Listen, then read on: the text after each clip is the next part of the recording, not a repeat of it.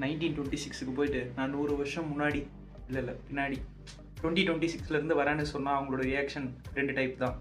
ஒன்று என்னடி இது, இன்னொன்று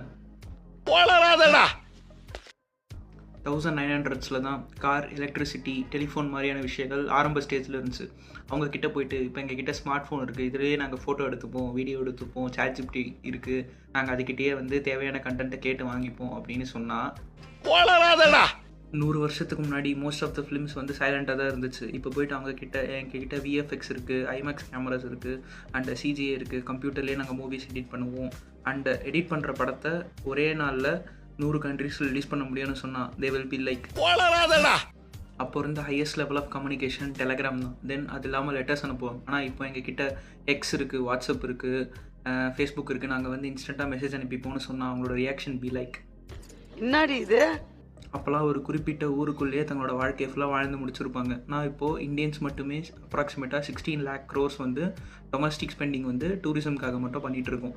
இதெல்லாம் அவங்க கேட்டால் என்னடி இது, அப்போவும் இப்போவும் மாறாதது ஒரே விஷயம்தான். என்னை மன்னித்து விடுங்கள், என் அம்மா என்னை வெளியே செல்ல அனுமதிக்கவில்லை.